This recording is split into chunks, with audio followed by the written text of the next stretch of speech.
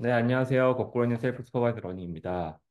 네, 오늘은 유명한 논문이죠. 웹 GPT.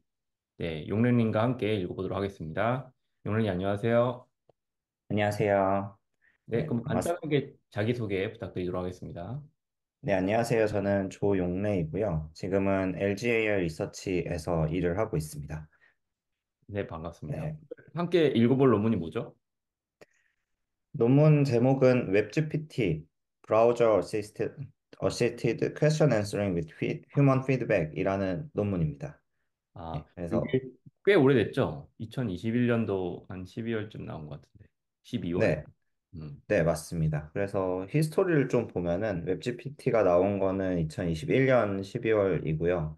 음, 그다음 그 전에 GPT-3가 있었고 truthful QA가 나왔었고 웹GPT가 나온 다음에 한 1년 뒤쯤에 챗GPT가 나오고 그다음에 GPT-4가 나오고 GPT-4에 웹 브라우징 케이퍼빌리티가 추가된 게 이제 2023년 9월에 나오기 때문에 이 웹 GPT는 약간 이 웹 브라우징 기능의 초기 단계, 약간 초기 연구다라고 볼 수 있을 것 같아요. 네. 우선 웹 GPT가 뭔지 영상으로 한번 보시면 좋을 것 같은데요. 여기 오른쪽에 보시면은 LLM이 브라우징을 하면서 그 웹 문서를 탐색하고 쿼팅도 하고 이 부분에서 이제 인용을 가져올 수 있고요.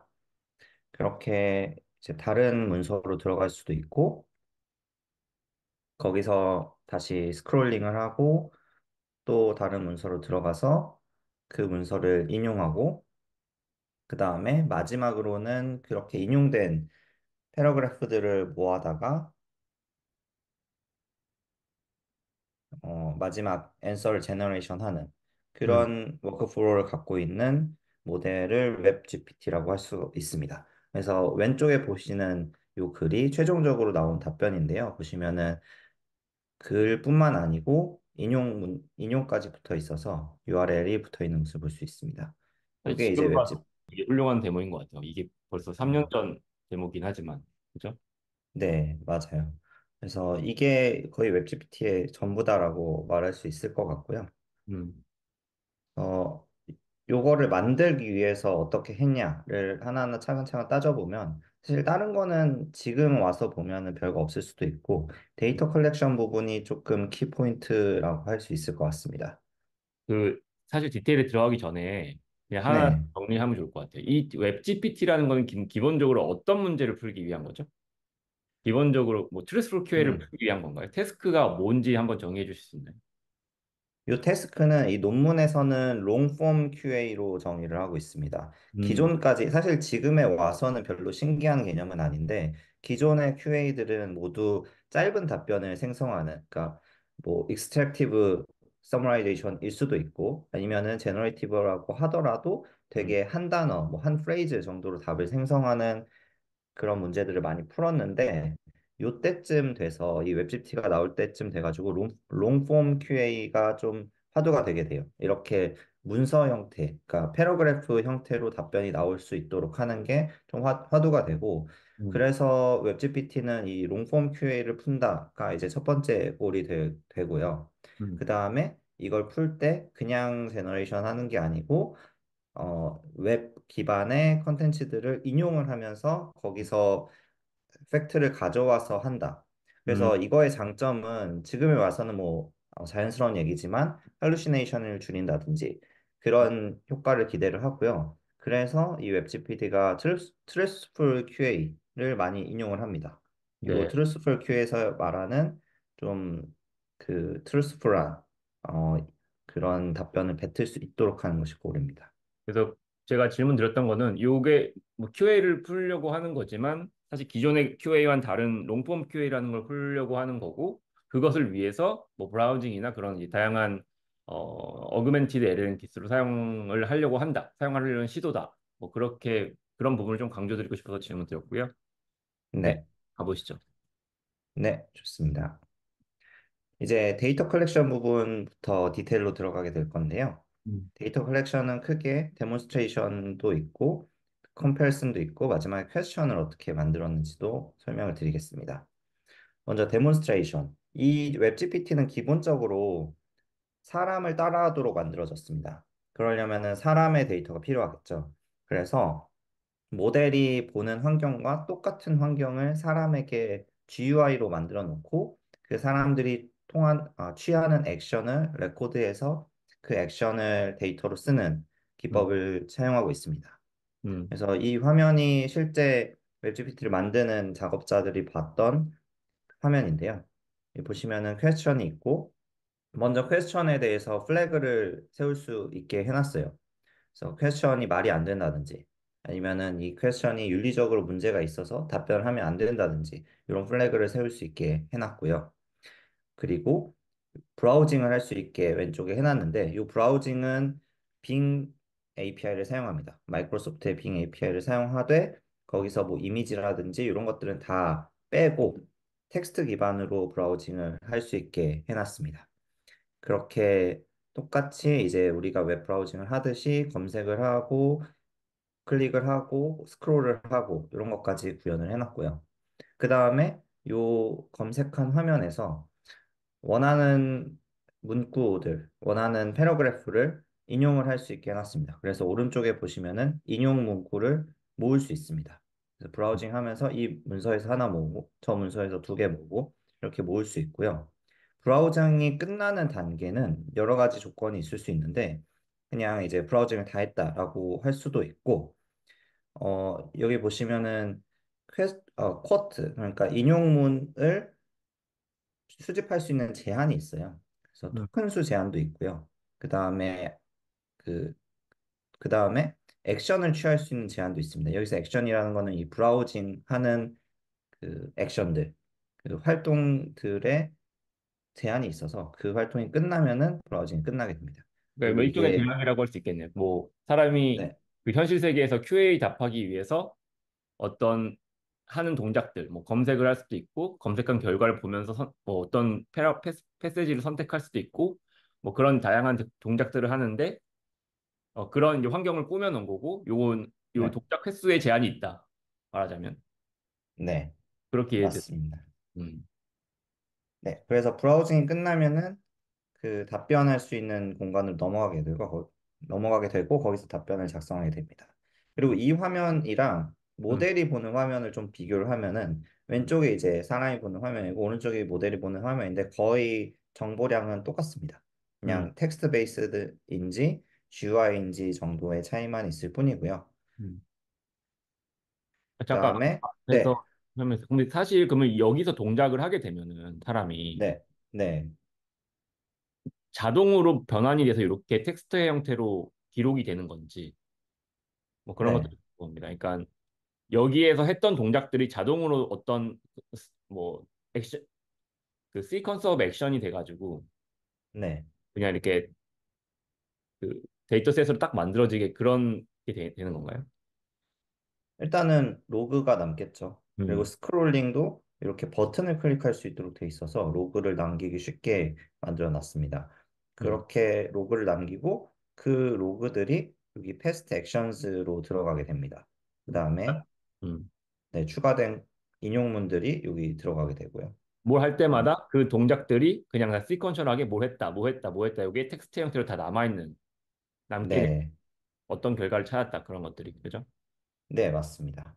음, 그래서 뭐 액션이 얼마나 남았는지도 정보로 제공되게 되고 음, 그리고 넥스트 액션이 뭔지를 모델이 인퍼런스 해가지고 마지막에 컴플리션으로 뱉는 그런 구조입니다. 음. 네, 알겠습니다. 그래서 취할 수 있는 액션이 뭐가 있는지 종류를 좀 알아보면은 검색을 할 수 있고요. 그리고 검색 문을 뒤에 제너레이션 할 수 있고 어떤 링크를 클릭할 수 있고 페이지에서 찾기를 할 수 있고 인용을 할 수 있고 스크롤링을 할 수 있고 맨 위로 가거나 뒤로 가거나 그다음에 내가 이제 끝나서 앤서를 할 수 있다. 아니면은 이 질문에 대해서 그 플래그를 세울 수 있는 것도 다 모델이 취할 수 있는 액션으로 제공돼 있습니다. 음. 뭔가 이걸 보면은 커맨드의 그 자유도가 낮을수록 그러니까 커맨드의 네, 개수가 적을수록 뭔가 그 이 문제의 정확도라든지 문제 난이도 자체는 내려간다고 볼 수 있을 것 같은데 그건 어떻게 보세요? 그러니까 할 수 있는 네, 동작이 적어요. 왜냐면 검색밖에 못해. 네. 좀 오반가? 네, 그러니까 만약 이 커맨드 숫자가 많아지면 많아질수록 더 어려운 문제가 되는 게 맞는지가 질문입니다. 근데 사실 요즘에 LLM들이 커맨드를 팔로우하는 것 자체를 어려워할 것 같지는 않고요. 음, 다만 그 어떤 커맨드를 음, 취해야 되는지 판단하거나 음, 음, 아니면은 이렇게 쿼리를 만들어내는 것처럼 이런 제너레이션 문제라든지 음. 이런 문제의 복잡성에 더 영향을 받을 것 같습니다. 아, 커맨드의 개수가 문제가 아니고 그거가 만들어내는 그 결과물의 연결의 흐름 자체가 복잡해진다. 그리고 어, 결국 그런 것들을 요구하는 것들은 보통 굉장히 어려운 문제들이다. 그러니까 그러니까 이런 거죠. 결국에는 이제 사람의 어려운 문제를 풀 때는 그만큼 더 많은 정보를 취합해야 되잖아요. 네. 그거가 어렵다는 것과 같은 얘기일까요? 그렇죠. 그러니까 음, 요 커맨드가 지금 한 10개 남짓 있는데 요게 뭐 몇십 개가 되든지 100개 단위가 돼도 제 생각에는 LLM이 그렇게 문제를 겪을 것 같진 않아요. 근데 다만 이게 많아질 때 그 숫자 그 자체보다도 어떤 커맨드를 해야 되는지 굉장히 헷갈리는 상황들이 많다거나 또 네. 100가지 종류의 정보를 융합해야 되는 그런 어떻게 융합해야 되는지 그런 것들에 대해서도 조금 더 복잡해질 여지가 있을 음, 것 같고요. 네, 그렇죠. 알겠습니다. 네. 그래서 이제 브라우징이 끝나면 앤서를 생성하는 단계로 넘어가고요. 여기서는 앤서를 사람이 직접 입력하도록 해놨습니다. 그렇게 자기가 인용된 문구들을 보고서 요거에 대해서 답변을 생성할 수 있고요. 네, 여기까지가 데몬스트레이션 그 데이터 컬렉션 방식이었습니다. 그다음에 여기서 끝나는 게 아니고 요렇게 앤서만 수집해서 모델을 학습시키고 끝내는 게 아니고 아래를 하기 위해서 그 컴패리슨 데이터도 수집을 합니다. 그래서 사람이 만든 또는 모델이 여러 베리에이션으로 만들거든요. 모델 크기도 있고 템퍼처를 조정할 수도 있고 어 아래를 할 수도 있고 안 할 수도 있고 이런 여러 가지 방법을 통해서 수집한 앤서 캔디데이트를 가지고서 비교하는 셀렉션 문제를 또 사람한테 데이터를 수집합니다. 그래서 퀘스천이 있고 똑같이 플래그가 있는데 여기서 다른 점은 옵션 A와 B가 있고 이거를 컴패리슨 하는 탭이 있어서 예를 들면 A를 들어가면 앤서가 있고 그다음에 어떤 문구들을 인용했는지를 볼 수가 있고요. 재밌는 거는 요 문구를 인용한 거마다 요 인용처가 신뢰할 만한지 아니면은 신뢰할 수 없는지 이런 것들을 태그할 수 있게 레이블할 수 있게 해놨고요. 그다음에 이 앤서도 하이라이팅을 할 수가 있는데 음. 요 여기서부터 여기까지를 하이라이팅하고 요게 이 질문에 답을 하는데 코어한 답변인지 아니면 사이드 답변인지 이런 것들도 레이블링을 할 수 있게 해놨고 그다음에 요 문구가 요 출처들로 인해서 스트롱 서포트가 되는지 위크 서포트가 되는지 또는 서포트가 없는지 이런 것들을 노테이션 할 수 있게 해놨습니다. 그러니까 한마디로 얘기하면 아까 보여주셨던 그 텍스트 베이스드 웹 브라우징 인바이러먼트는 이제 떤 액션을 해가지고 이 롱폼 QA 자체를 푸는가에 대한 데이터 컬렉션을 하는 거고 여기는 네, 그걸 그 데이터를 한번 이제 어노테이션을 다 해가지고 요거는 네, 뭐 잘했고 못했고 뭐 이런 것들을 판단하는 거네요. 네, 맞습니다. 뭐 요 일종의 하나 필터링이 볼 수도 있을 것 같고, 네, 네, 네, 일종의 뭐라고요? 필터링. 아, 네. 필터링 역할도 하고요. 네. 컴패리슨 역할도 해서 나중에 리워드 모델을 설계하는데 이 데이터가 쓰이게 됩니다. 이게 생각을 해보면 재밌는 게 사실 요즘 하고 있는 그, 그 제네레이션 한 다음에 그 데이터를 만든 다음에 콜렉션 하거나 제네레이션 한 다음에 필터링을 하고 그중에서 선택을 해가지고 다시 뭐 학습으로 반영하고 요 과정이 사실 요즘에 하고 있는 것들인데 그런 과정이 이미 여기서 흡사하게 보여주고 있다는 것 자체가 좀 재밌는 것 같아요. 네. 그 과정의 거의 초기 연구 단계였다라고 볼 수 있을 것 같습니다. 음, 그리고 요 화면은 음, 하나의 옵션에 대해서 이렇게 어노테이션 하는 그 툴이었고요. 음, 그 다음에 요 레이팅을 할 수 있는 공간이 있는데 요거는 각각의 옵션에 대해서는 절대 레이팅을 하고 앱솔루트 레이팅을 하고 컴패리슨 단계에서는 두 A 답변과 B 답변을 비교하면서 여러 가지 크라이테리아에 대해서 A가 나은지 B가 나은지를 레이블링하게 해놨습니다. 이 레이팅 자체는 그럼 무조건 상대평가예요? 어, 각각의 옵션에는 절대평가에 대한 레이팅이 있다라고 되어 있는데 화면은 제공되지 않았었고 음. 그 컴패리슨 탭, 여기 세 번째 탭이 컴패리슨 탭인데 여기에 들어가면은 상대평가를 할 수 있게 해놨습니다. 아, 네네네. 네. 제 근데 질문이 요건 무조건 상대평가고 그 각 네. 답변이 어떤 뭐 절대적인 기준치를 만족한지에 대해서는 여기서는 뭐 따로 채점하고 있지 않는 거네요.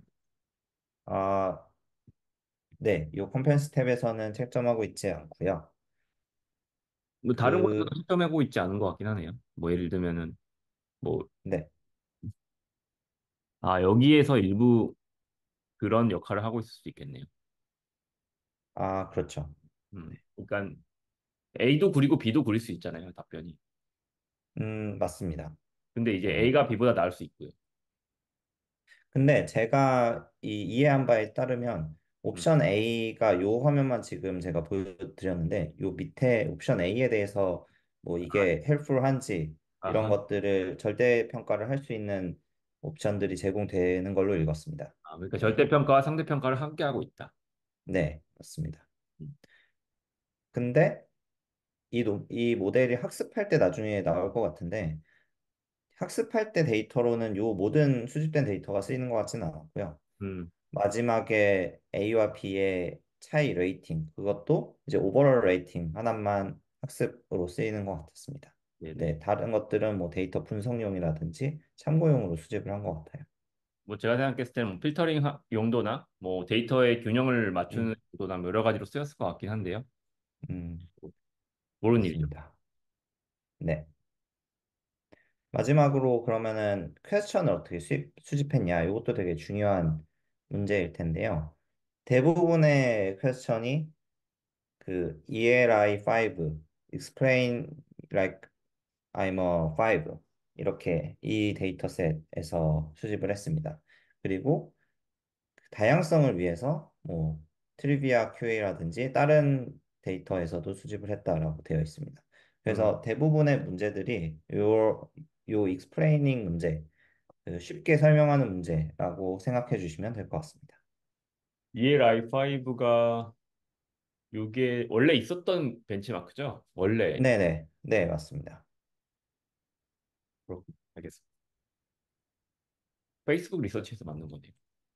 네, 맞아요. 음. 그래서 요 ELI5는 레딧에서 수집을 한 데이터고요. 음. 레딧에 요 서브레딧이 아하. 있어요. 아하.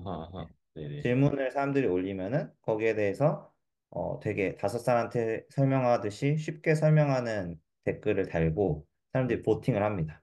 음. 그래서 가장 많이 보팅된 댓글들을 모아다가 요 데이터셋을 만든 것이거든요. 네네. 그래서 이 특성도 조금 모델에 드러낼 수가 있다는 점 참고를 해주시면 좋을 것 같고요. 네. 그래서 학습 부분인데 학습은 사실 이제 와서는 굉장히 스탠다드해진 방식을 취하고 있습니다. 기본적으로 휴먼 피드백 지금 그 수집한 데몬스트레이션에서 수집한 휴먼 비헤이비어를 따라하는 비헤이비어 클로닝을 하고 있고요. 그 다음에 그거를 바탕으로 컴패리슨을 하잖아요. 그래서 컴패리슨이 요 1번에 있는 것처럼 하나의 퀘스천에 대해서 여러 가지 모델로 답변을 만들고 이 답변 자체도 사이테이션도 다 다를 수 있습니다. 그래서 그것들을 비교해서 사람이 뭐 A가 나은지 B가 나은지를 태깅을 하고요. 그 다음에 요 태깅된 결과를 가지고 리워드 모델링을 합니다. 요 리워드 모델은 질문, 답변 이런 것들을 보고서 리워드 점수를 예측하고 근데 이 리워드 점수는 어떻게 측정이 되냐면은 요 리워드 점수의 차이에 로그가 이에로 스코어랑 비슷해지도록 네. 리워드 모델링이 작동을 하고요. 그다음에 이렇게 만들어진 리워드 모델을 가지고서 PPO를 합니다. 음, 그래서 마지막으로 만들어진 게 이제 RL까지 끝난 모델이 됩니다. 네. 요게 기본이고 베리에이션은 여러 가지가 있습니다. 기본적으로 베이스 모델은 GPT-3를 썼고요. 그리고 여기서 학습을 한 베리에이션들이 일단 비헤이비어 클로닝, 슈퍼바이즈 러닝만 한 거죠. 음, 그다음에 리워드 모델링해서 리워드 모델이 나오게 되고요. 그다음에 이 리워드 모델로 리인포스먼트 러닝을 할 수 있고 마지막으로 아래를 안 하고 또는 아래를 한다고 해도 그 위에서 리젝션 샘플링, 베스트 오브 n을 할 수가 있습니다. 음, 그래서 그 뒤에 보시면은 나오겠지만 RL이 별로 효과가 없었어요. 음. 대신에 리젝션 샘플링이 더 성능이 좋았습니다. 여기서 리워드 모델링이라고 나와 있는데, 네, 리워드 모델링의 시작을 BC 모델, 그러니까 요 모델에서 했다는 거라고 나와 있네요. 네, 맞습니다. 그러니까 BC 모델이 사실상 SFT 모델이잖아요. 네, 여기서 폴리시 모델은 따로 있고, 네, RM은 따로 여기서 만들어서 이 RM을 이용해서 폴리시 모델을 학습했다. 뭐 이렇게 이해를 해야 되는 건지. 네, 맞습니다. 음. 잠시만요. BC 모델이 폴리시 모델입니다. BC 모델이 기본적으로. 폴리시 모델. 근데 네, 여기서 그러면은 이제 BC 모델이 그러니까 BC 모델을 이제 비헤이비얼 클로닝을 해가지고 아마 이제 폴리시 그러니까 뭐 리젝션 샘플링이나 RL을 했다는 거고 이 BC 모델을 가지고 RM도 만들었다는 얘기로 들리거든요. 순서가 네, 이거 1번, 2번, 3번 이렇게 되는 건가요? 네, 맞습니다. 그래서 음, 비헤이비어 클로닝 슈퍼바이즈 러닝을 해서 BC 모델이 나오고 그 다음에 거기서 리워드 모델을 그러니까 리워드를 학습해서 리워드 모델이 나오고요. 음, 그 다음에 리워드 모델을 이용해서 BC의 리인포스먼트 러닝을 할 수 있게 되고요. 그렇죠, 그렇죠. 또는 BC에서 샘플링을 막 해가지고 음, 거기서 가장 좋은 걸 고르는 RM으로 가장 좋은 걸 고르는 게 이제 리젝션 샘플링이 됩니다. 이해했습니다. 네. 그래서 학습은 이게 다입니다. 이제는 좀 이 부분은 스킵은 아니고 요 내용밖에 없고요. 음, 그래서 이제 이밸류에이션 결과를 좀 소개를 해드리면 ELI5에서 결과를 좀 보겠습니다. 일단은 베이스 모델의 사이즈는 3개입니다. 그리고 평가는 두 가지 방식으로 했는데요. 하나는 요 질문에 대해서 사람이 답변한 것이 있을 거고요. 이게 휴먼 데몬스트레이션이 되고요. 그다음에 웹GPT로 답변한 것에 두 개를 가지고서 이제 어떤 쪽이 더 낫냐라고 사람한테 물어본 것으로 평가를 할 수 있습니다. 또는 ELI5의 레퍼런스 앤서가 있어요. 이것은 레딧에서 가져온 그 답변이겠죠. 음, 음. 그거랑 비교를 한 결과가 있습니다. 근데 결과를 보시면은 요 레퍼런스 답변보다 휴먼 데몬스트레이션을 이기기가 좀 더 힘듭니다. 그래서 뒤에도 나오겠지만 레퍼런스 답변보다 휴먼 데몬스트레이션을 더 좋은 비교 대상으로 본다라고 이 논문에서 밝히고 있거든요. 네. 근데 제가 좀 이해가 그래서 안 게 네, ELR5의 레퍼런스 답변도 결국 사람이 만든 거 아닌가요? 네, 맞습니다. 근데 몇 가지 이유로 인해서 약간 웹GPT랑은 페어한 비교가 잘 안 돼요. 그래서 음, 그 부분을 좀 뒤에서 설명드리고 먼저 이 결과부터 보면은 네네. 일단은 모델이 클수록 잘하는 거는 음, 그럴 수 있고요.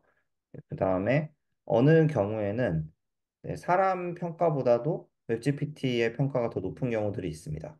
그래서 이런 부분이 조금 재밌는 점인 것 같아요. 음. 팩츄얼리티는 네. 모델 스케일링이 안 되네요. 음, 요거는 어디서 막혔다고, 어디서 이 보틀렉이 됐다고 봐야 될까요? 제 문제가, 생각에는 이미 레퍼런스가 있는 경우이기 때문에 레퍼런스를 잘 이해해서 가져오기만 한다면은 팩추얼리티에는 문제가 없을 것 같은데 아니면 반대로 이제 레퍼런스에 바인딩이 되어 있기 때문에 레퍼런스가 틀리거나 아, 틀리면은 그대로 답변도 틀릴 수밖에 없고요. 아, 그쵸, 그쵸. 네. 그래서 truthful QA가 이 문제에서 되게 중요해지는데, truthful QA는 사람도 틀릴 만한 QA 문제들을 많이 갖고 있거든요. 그쵸, 그냥 그쵸. 미신에 대한 것이라든지 음, 그런 경우에는 레퍼런스가 있어요. 있는데 그걸 따르면 틀리는 경우들이거든요. 음, 그래서 factual accuracy를 측정할 때 그런 부분을 많이 본 것 같은데, 음, 그래서 레퍼런스를 잘못된 걸 찾아왔으면은 그거를 따랐을 때 그대로 틀릴 수밖에 없다. 그래서 그거는 모델 크기와 별로 상관없이 똑같이 음, 틀린다라고 이해할 수 있을 것 같습니다. 음, 알겠습니다. 그러니까 모델 팩츄얼리티의 성능은 모델 크기와 크게 korrelation이 없다. 일단 그렇죠. 조금 정확히 원래 모르지만, 예. 네, 원래 Truthful QA 논문 자체도 모델이 크면 클수록 성능이 낮아지는 걸 보여줬거든요. 그 데이터셋에 대해서. 그것처럼 요거는 레퍼런스가 있는 경우니까 레퍼런스를 그냥 따르기만 하면 틀리는 경우들. 그런 경우는 이제 내 모델 크기와 상관없이 틀리게 된다는 것 같습니다. 사실 뭐 브라우징 API의 정보 검색 능력에 보틀렉이 될 것 같기도 하고요. 네, 맞습니다. 그러니까 만약 그래서 말씀하세요. 그래서 이 문제가 사실 최근에도 LLM들이 많이 겪고 있는 문제의 초기 증상을 보여주고 있는 것 같아요. 음, 요즘에 LLM은 RAG를 많이 하는데 레퍼런스를 주면은, 그러니까 리트리버한 결과를 주면은 그게 맞든 틀리든 거기에 무조건 그라운딩을 해서 답변을 하는 경우들을 많이 보게 되거든요. 네네. 그래서 퀘스천과 아무 상관없는 그 리트리버 결과를 주어도 그거에 맞춰서 대답을 생성하는 그런 문제점들이 많이 생기고 있는데, 음, 그런 초기 증상들이 이 논문에서도 보이지 않았나 싶습니다. 아, 네. 좋은 얘기입니다. 그렇죠. 결국에는 그러니까 뭐 이런 경우라면 모델의 크기가 영향할 수 있을 것 같아요. 찾아온 결과를 가지고 한 번 더 리즈닝을 해가지고 뭔가 새로운 그러니까 새로운 지식을 만들어낸다. 막 그런 경우면 모델 사이즈가 영향이 있을 것 같은데 이 문제에서는 그런 문제를 다루고 있지는 않은 것 같고 결국 뭐 모델 사이즈가 커지면 어느 정도 커지면 세츄레이션 되는 걸 보니까 뭔가 그 외의 에러, 뭐 아까 말씀하셨던 그 레퍼런스에 에러가 포함되어 있을 경우에 잘못 대답하게 되는 경우 같은 부분이 제일 문제가 되는 것 같네요. 네, 좋습니다. 네, 맞습니다. 음, 그래서 아까 살짝 말씀드렸듯이 휴먼 데몬스트레이션과 비교하는 게 ELI5의 레퍼런스 답변과 비교하는 것보다 더 낫다라고 이 논문에서는 말을 하고 있는데요. 그거의 이유를 조금 살펴보면은 몇 가지가 있습니다. 첫 번째는 팩트 체킹으로 어, 팩추얼 애큐러시를 평가를 하는데 요 레퍼런스가 없으면은 평가하기가 좀 어렵잖아요.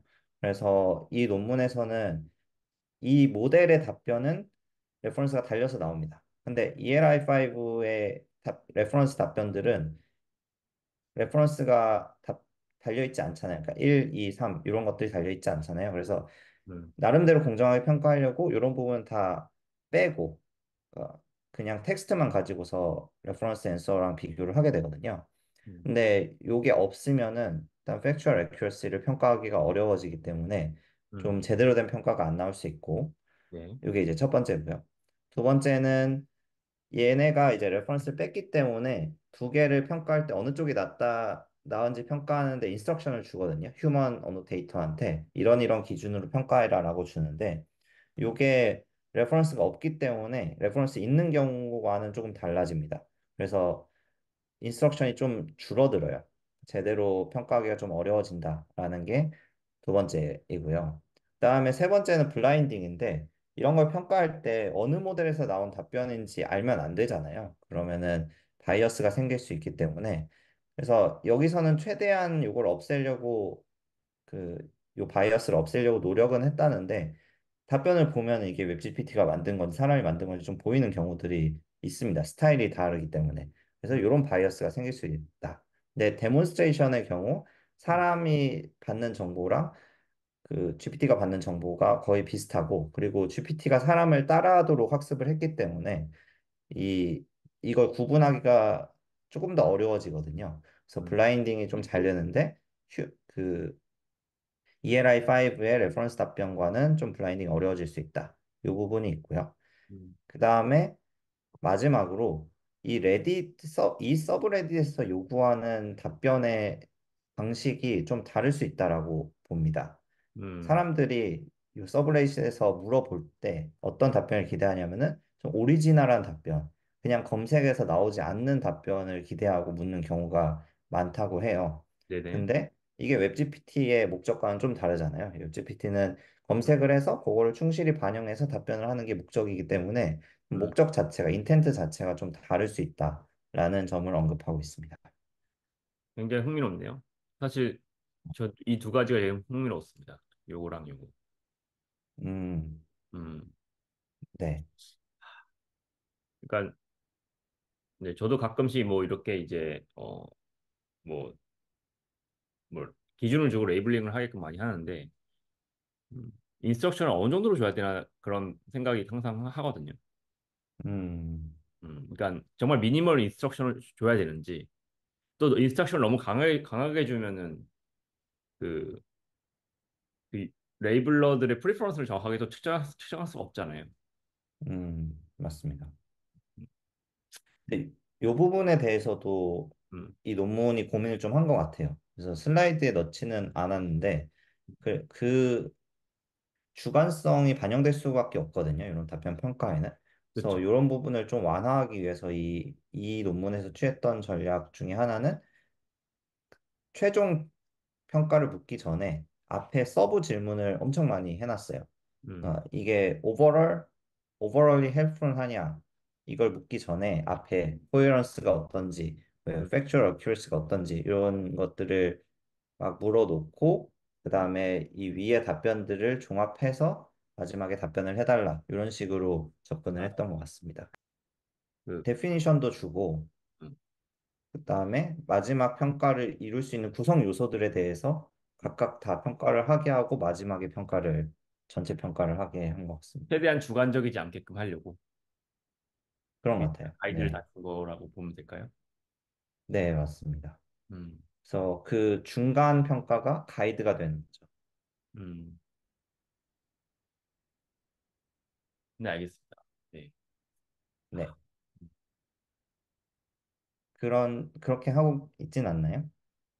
재용님. 그러니까 뭐 케이스 바이 케이스인 것 같아요. 그러니까 저는 이제 음, 주관성이 필요한 경우도 있다고 생각은 하거든요.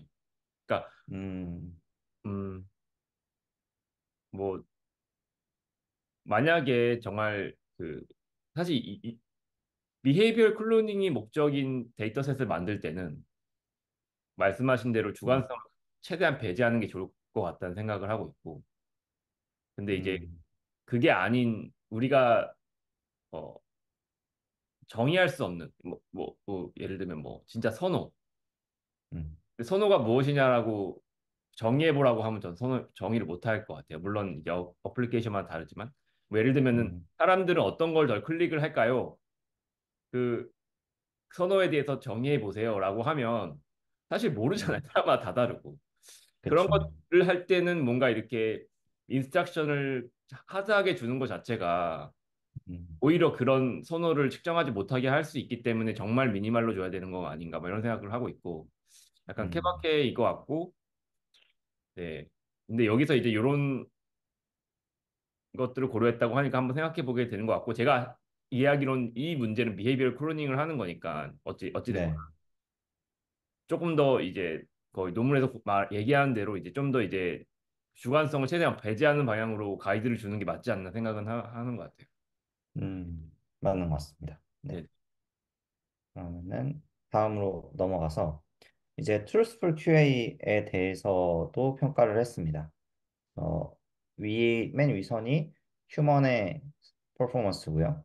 음, 근데 truthful한 퍼포먼스고 여기서 truthful과 truthful and informative가 어떻게 나누는지를 좀 설명을 드리면 간단하게 음, 나 모르겠다 아니면은 이거는 답변하기 어렵다 뭐 이런 식으로 하면 사실은 사실이죠. 하지만 informative 하지는 않게 됩니다. 그래서 요거를 조금 가장 극명한 차이가 요 답변인 것 같고요. 음, 그래서 휴먼 레벨이 이 정도이고 GPT-3가 프롬프트를 다르게 했을 때 결과가 이렇게 나오고요. 근데 웹GPT 같은 경우에는 가장 작은 모델도 175 빌리언 모델의 성능을 넘는다. 이런 결과를 보여주고 있습니다. 음, 요거는 뭐 어떻게 보면은 당연한 게 이 웹 GPT는 웹 브라우징, 웹 액세스가 있기 때문에 레퍼런스를 갖고 답변을 하기 때문에 좀 더 트루스풀니스가 높아질 수 있는 것 같습니다. 음. 네. 근데 13비와 175비 차이가 여기저기에서 별로 없네요. 네. 여기인데 내려왔고. 여기서는 네, 오히려 내려가는 모습을 보이는 것 같아요. 네. 음. 근데 아까도 말씀드렸다시피 트루스풀 QA 같은 경우에는 사람도 틀리는 문제들, 음, 미신에 관련된 문제들 이런 것들이 많기 때문에 음, 오히려 레퍼런스를 따라하다가 망하는 경우들이 있거든요. 음. 네, 그래서 아마 요렇게 좀 오히려 모델이 큰 게 더 떨어지는 경우가 있지 않나 싶습니다. 네. 그래서 이제 실험 결과로 넘어가겠습니다. 트레이닝 메소드 간의 비교를 먼저 보시면은 재밌는 게 RL이 별로 효과가 없고 음. 리젝션 샘플링이 RL보다 효과가 더 좋다라고 나옵니다. 그래서 요, 네, 어, 요 부분을 좀 보시면은 그래서 왜 그런지를 좀 비교해 보면은 앤서를 여러 번 하는 게 그리고 여러 번 할 때 각각의 레퍼런스도 달라지게 되잖아요. 브라우징 자체도 되기 때문에 그래서 되게 다이버시티가 높을 것이다. 그래서 그 다이버시티를 기반으로 리젝션 샘플링을 하는 것이 더 낫다라는 분석이 있고요. 음, 그리고 아래를 하면서 오버 옵티마이제이션이 되는 것 같다. 리워드 모델에. 음, 그런 분석이 있었고, 그리고 RL은 하이퍼 파라미터 튜닝이 필요하기 때문에 리젝션 샘플링에 비해서 좀 튜닝하기가 어려워서 음. 결과가 잘 안 나온 것이 아닌가라는 얘기도 있었습니다. 저는 그리고 약간 네, 요거에 대해서 지금 와서 생각해 보면은 네, 그냥 이 태스크 자체가 너무 그냥 비헤이비얼 클로닝에 가깝기 때문에 음, 그냥 리젝션 샘플링으로 좋은 SF 데이터셋을 한번 그냥 필터링 했기 때문에 그냥 좋은 거가 아닌가 생각이 들어요. 그러니까 굳이 음, 되게 아까도 말씀드렸다시피 사람의 뭔가 명확하게 정의될 수 없는 주관성을 학습하려는 게 아니고 음, 정말 어떤 행동을 하도록 행동 패턴을 학습하도록 하는 거기 때문에 그런 것들은 그런 얼라이먼트 러닝의 영역이 아니기 때문에 리ले이션 음, 샘플링으로 충분하지 않았나 음, 그런 음, 생각을 갖고 뭐 이런 오버 파라메터라이제이션 이런 것들은 사실 저는 개인적으로는 좀 과한 얘기가 아닌가 좀 맞지 않는 얘기가 아닌가라고 지금 시점에 와서는 생각하게 되는 것 같은데 네. 어떻게 보세요, 이거는? 맞는 얘기인 것 같습니다. 그래서 음, 그리고 이 모델 자체가 웹 브라우징에 기반해서 답변을 할 때마다 레퍼런스가 달라질 수 있다는 점이 조금 음, 큰 것 같아요. 제가 볼 때는. 음, 어, 고, 그래서 답변을 그냥 여러 번 하는 것이 다이버시티가 되게 높을 수 있고, 음. 거기서 이제 리워드 모델이 평가하는 것이 더 나을 수 있다라는 느낌이 들고요. 음, 그리고 네, 요 그리피트 요거는 베스트 오브 애니 몇이에요? N이 지금 모델마다 다릅니다. 아, 760N 같은 경우 지금 4고요. 그다음에 16이고 64 이런 식으로 모델마다 좀 다르게 하이퍼 파렌트 튜닝을 했습니다. 얘는 오히려 얘는 리젝션 샘플 RL의 성능이네요. 네, RL이 더 나은 비율이기 때문에 음, 요게 낮을수록 베스트 오브 N이 더 나은 거고요. 음. 그래서 요 마지막 175B에 64 베스트 오브 N을 했을 때는 RL보다 더 나아지는 거죠. 여기서 RM은 몇 비를 썼다고 나와 있나요, 혹시? RM도 GPT-3입니다. 그래서 다 똑같. 175B. 175밀리언. 네, 충분히 큰 것 같긴 한데. 글쎄요. 알겠습니다. 네. 그래요? 그다음에 스케일링 이펙트를 좀 볼게요. 음. 요 데이터를 전부 다 쓴 것도 있고 8분의 1만 쓰고 4분의 1만 쓰고 2분의 1만 쓸 수 있는데 데이터 수에 비례해서 성능이 쭉 오르는 것을 볼 수 있고요.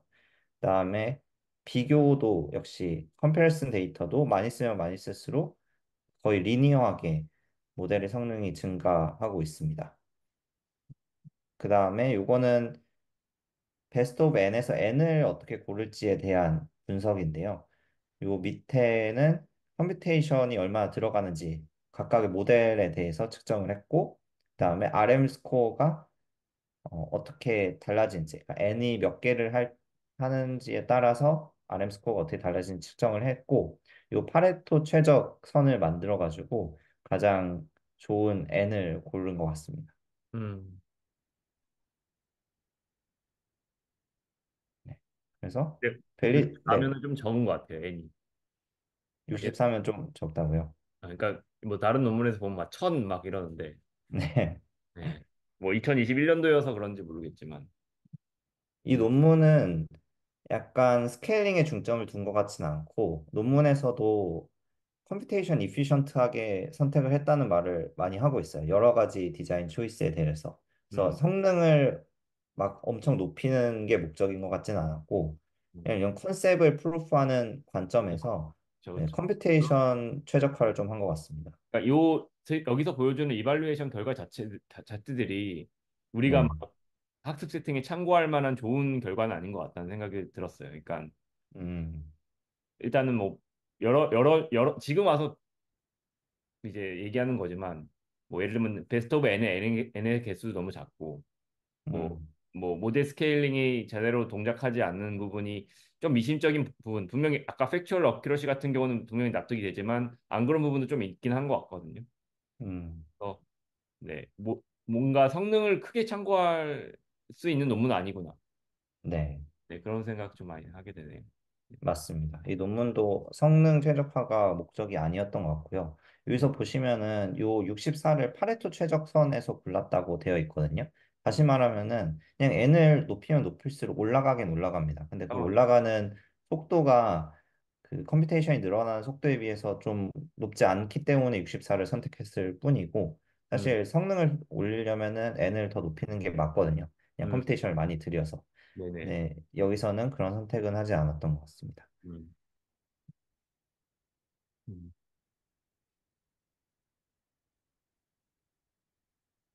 네. 논문을 제출했으면 안 됐을 것 같네요. 네, 이 논문의 강점은 사실 아, 성능이라기보다는 그렇죠. 요 컨셉. 컨셉 자체이기 때문에 이제 네. 괴가 다르지 않나 예. 생각을 합니다. 학계가 너그러지길 빕니다. 네. 아니, 너무 중요하죠. 이런 논문 너무 중요하다고 생각합니다. 네. 오히려 학회에서는 성능만 높이는 것보다 그렇죠. 이런 논문을 선호하는 학회들도 있어요. 그렇죠. 이게 중요하죠. 네. 그래서 여기까지가 거의 메인 내용이었고요. 이 음, 디스커션 부분은 리미테이션인데 사실 조금 그냥 넣었다라고 생각될 수 있는 부분도 있어서 조금 빠르게 넘어가도 될 것 같은데 그래도 몇 개 부분은 좀 참고할 수 있을 것 같습니다. 음, 자, 일단은 truthfulness를 좀 분석을 했어요. 여기서는 truthfulness에는 두 가지 종류가 있다. 그러니까 틀리는 모드가 failure 모드죠. 이게 두 가지가 있다라고 얘기를 하는데 첫 번째는 모델이 트레이닝 오브젝티브를 너무 잘 따라가서 생기는 문제. 그러니까 학습 데이터셋에 있는 오류를 그대로 반복하는 문제가 하나고, 두 번째는 학습이 제대로 안 돼서 생기는 문제. 여기서는 할루시네이션이 이 부분에 포함된다라고 보고 있습니다. 그래서 GPT-3랑 비교를 하면은 이 두 부분에서 모두 웹 GPT가 나은 결과를 보여줘요.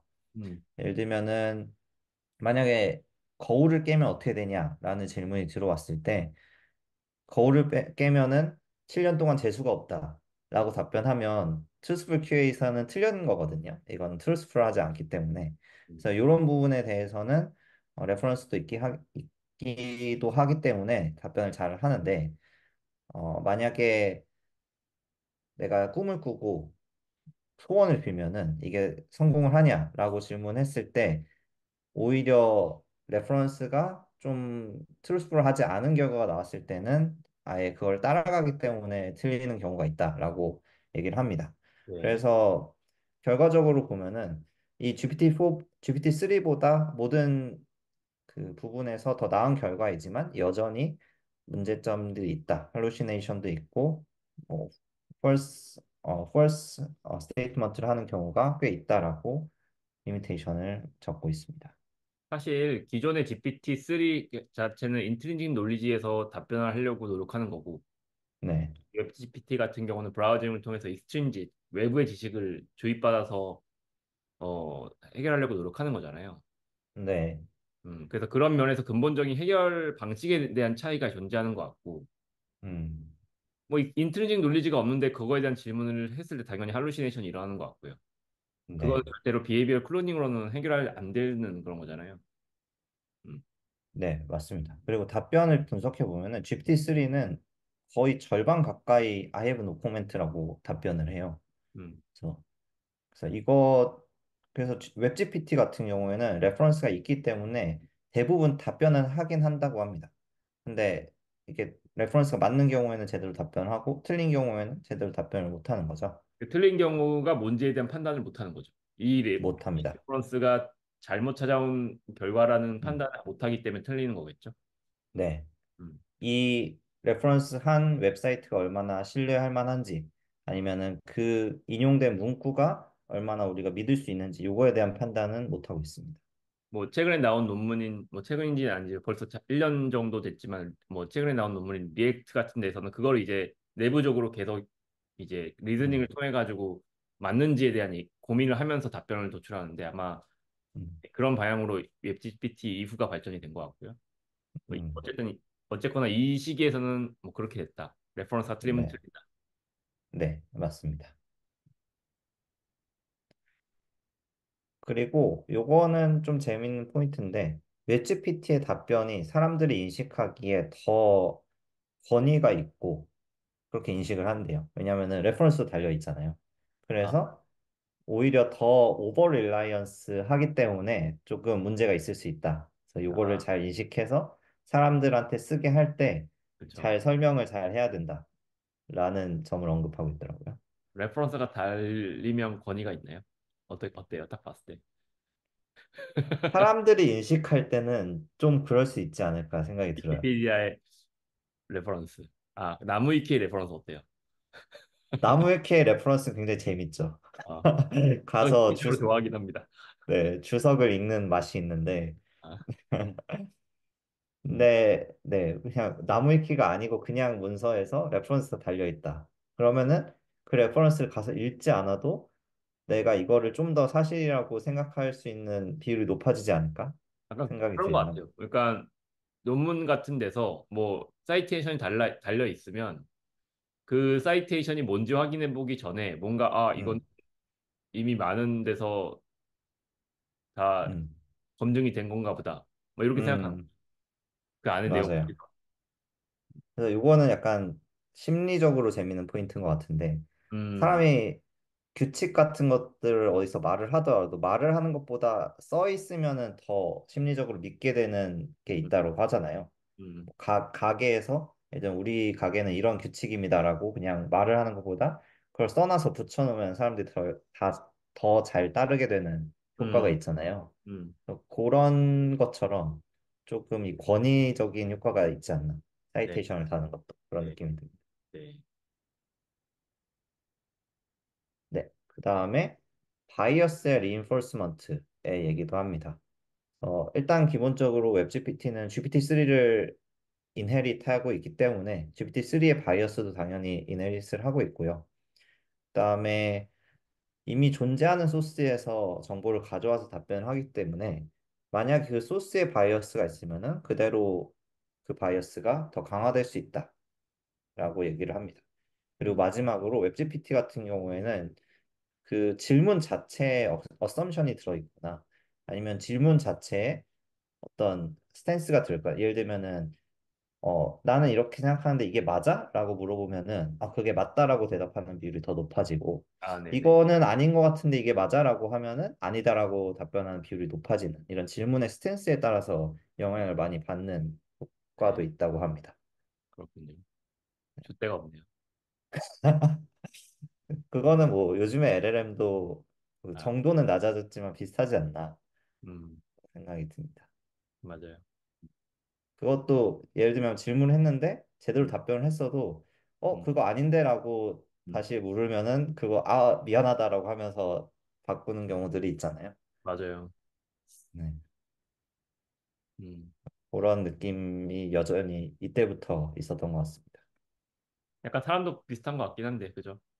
그쵸? 네. 음, 역시 비헤이비어 클로닝이기 때문에. 그죠, 그죠. 그리고 우리가 레퍼런스를 통해서 팩추얼 어큐러시를 평가를 하는데 이거 자체에 대한 리미테이션도 지적을 하고 있습니다. 어, 과연 레퍼런스가 퍼펙트하냐? 이 부분을 좀 생각을 해봐야 된다라고 하면서 요거는 좀 오픈 퀘스천으로 두고 있어요. 과연 팩추얼 어큐러시를 제대로 평가하기 위한 방법이 뭐냐? 레퍼런스가 과연 답이냐라고 생각을 하면서 좀 리서치가 더 필요하다. 이렇게 마지막으로 언급을 하고 있습니다. 저는 요거는 그런 것 같아요. 리트리버 성능과 그라운딩 네. 성능을 좀 구분해서 봐야 되지 않나 생각이 들어요. 그래서 음, 리트리버 성능은 웹 브라우징의 성능이고, 그죠? 네. 사실 네.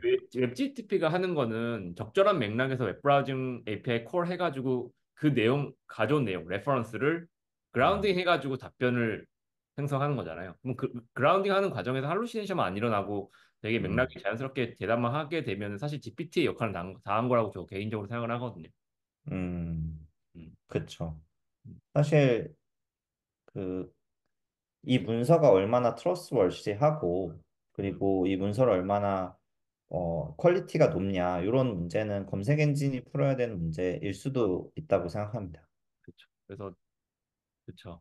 그래서 뭐 GPT도 억울하겠다는 생각이 드는데, 네, 네. 그렇습니다. 네. 그리고 마지막으로 이건 약간 기우일 수도 있는데 웹 액세스를 가지게 되는 LLM이 웹 액세스를 가지게 되는 것에 대한 우려. 예를 들면은 모델이 너무 좋아져서 아, 뭐 네. 위키피디아를 수정하고 이러면은 아, 좀 문제가 되지 않는 이런 SF 같은 네. 상상을 우려하면서 네. 이거부터 끝맺음을 하고 있습니다. 이 저자는 N이신 것 같고요.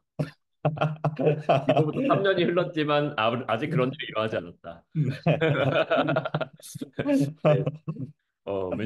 몇 년쯤 되면 일어날지 저도 참 궁금하긴 하긴 한데, 네. 네, 재밌는 걱정인 것 같습니다. 네. 네, 네, 여기까지가 논문의 마지막이고 제가 준비한 내용도 여기까지입니다. 아, 네. 오늘 너무 발표 너무 재밌었는데, 어, 네, 저는 그냥 다 얘기해 주신 거 그냥 더해서 그냥 이 논문의 의의라고 한다면, 그 네, 가장 그 유저 동작을 언어 모델이 이해할 수 있는 프롬프팅으로 바꿔주는 그 환경. 그게 네, 최고의 이 컨트리뷰션이 아닌가. 그거를 음, 유저의 동작을 프롬프팅을 해가지고 학습시킬 수 있다는 그걸 보여준 거. 음, 난 그게 되게 그 가장 의미 있는 그런 컨트리뷰션이라고 생각을 합니다. 혹시 그거에 대해서 맞습니다. 어떻게 보세요? 그래서 이 논문이 사실 이 논문의 related work 파트에는 롱폼 QA라든지 음, 이런 RAG에 대한 얘기밖에 안 하고 있어요. 음, 근데 사실 이 논문 이후의 흐름을 보면은 음, 음. 액셔너블 AI라든지 에이전트에 대한 연구들과 실제 프로덕트들이 많이 쏟아져 나오고 있거든요. 네네. 그래서 이 웹 GPT가 그거의 시초이지 않을까 생각이 들고요. 음. 그리고 이 이후로 그 LLM이 액션을 수행하고 거기서 정보를 얻고 다시 그걸 기반으로 액션을 수행하고 이런 쪽으로 많이 발전을 하고 있는 것 같다라는 생각이 듭니다. 그래서 최근에 그냥 제가 그냥 드는 뇌피셜을 하나 그냥 얘기해 보자면 네, 6월 달에 뭐 애플 인텔리전스 이런 것도 발표가 됐고 많은 제조업들이 이제 LLM을 활용하기 위해서 열심히 이제 고민을 하고 계신 것 같은데 네, 오히려 그런 쪽에서 더 재밌는 것들이 나올 수 있겠다는 생각을 많이 하는 것 같아요. 그러니까 음, 액션이나 커맨드가 더 단순하잖아요. 그리고 네, 그거에 대한 데이터도 많이 가지고 있을 거고 물론 이제 텍스트에 음, 대한 데이터는 사실 다른 뭐 그런 구글이나 그런 기업보다는 가지고 덜 갖고 있겠지만 그런 네, 어떤 액션이 들어갔을 때 어떤 행동을 하는지 이런 비헤이비어 시퀀스에 대한 데이터 훨씬 많이 갖고 있을 거여가지고 또 네, 그런 부분에서 재미있는 것들이 나오길 기대를 해볼 수 있을 것 같은데 네. 혹시 은행님이 생각하시는 것들이 있는지 그런 것들이 궁금하네요. 사실 가장 많이 되고 있을 것 같은 어플리케이션은 웹 브라우징 상에서 지금은 이 논문은 검색만 했잖아요.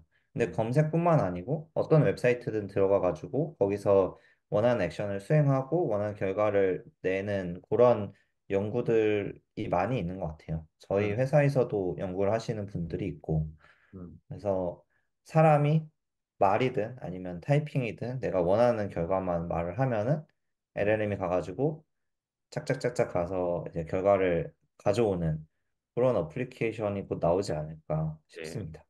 네, 그리고 만약에 이 웹 GPT의 시나리오 상에서 뭔가를 하게 되려면 결국 웹 브라우저에 있는 로그와 결합할 수밖에 없겠네요. 그러니까 뭐 네, 이미 뭐 LLM 코드를 잘 이해하는 모델이니까 네, 브라우저에 있는 그 뭐죠?